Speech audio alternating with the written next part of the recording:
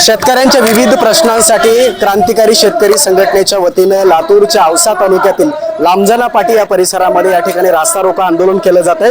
माझ्या पाठीमागे जर बघितलं तर हे क्रांतिकारी शेतकरी संघटनेचे प्रदेशाध्यक्ष राजू कसबे यांच्या नेतृत्वात या शेतकऱ्यांनी या ठिकाणी रास्ता रोको आंदोलन सुरू केलेलं आहे। त्यांच्या मागण्या नेमक्या काय आहेत हे आपण जाणून घेण्याचा प्रयत्न करणार आहोत। प्रदेशाध्यक्ष स्वतः माझ्यासोबत आहेत। काय नेमक्या मागण्या आहेत तुमच्या, कशा पद्धतीने येणाऱ्या काळामध्ये तुमचं हे आंदोलन असणार?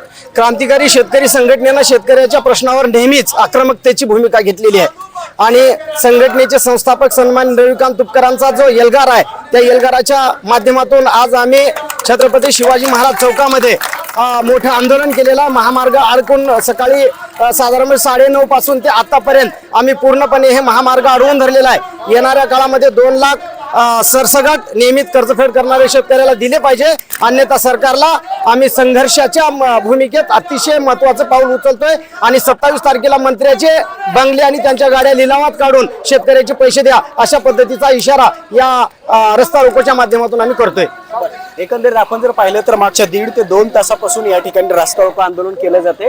तुमची दुष्काळ जाहीर करा अशी एक मागणी आहे, काय नेमकं हे सांगावं लागतं? सध्या निम्मा पावसाळा संपलाय, 3 महिने झालं पाऊस नाही। थोडा बहुत पाऊस पडला, त्याच्यात पेरण्या केल्या, सोयाबीनना माना टाकल्या। म्हणून महाराष्ट्र सरकारला आम्ही विनंती करतो की दुष्काळ, कोरडा दुष्काळ जाहीर करून हेक्टरी 50,000 रुपये शेतकऱ्याला अनुदान द्यावं आणि नियमित कर्जफेड करणाऱ्या शेतकऱ्याला जी 2 लाखाचं थकबाकीदार शेतकऱ्याप्रमाणे त्यांना सुद्धा प्रोत्साहनपर 2 लाख रुपये अनुदान द्यावं ही मागणी घेऊन आम्ही आज रस्त्यावर येऊन आक्रोश सरकारला कळविलेला आहे। गत वर्षी मुख्यमंत्री मोदयांनी जवळपास 17,500 रुपये जाहीर केले होते पीक विमा, ती दिला नाही।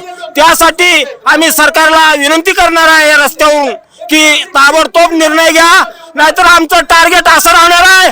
तालुक्याचे आमदार यांना इशारा देतो की ह्या प्रश्नाचं गांभीर्याने दखल नाही घेतली तर आज रस्त्यावर आलो, उद्या तुमच्या घराकडे येणार आहोत, हीच इशारा आम्ही आमदारला देणार आहोत।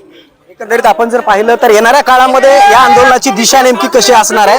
येणाऱ्या काळामध्ये ह्या जर मागण्या मान्य नाही झाल्या तर शेतकरी संघटनेच्या वतीने पुढची दिशा काय असेल? आज आम्ही लांबजना पाटीवर या ठिकाणी रस्ता रोकोला बसलेले आहोत आणि आजपासून 27 तारखेपर्यंत आम्ही अल्टिमेटम सरकारला देत आहोत।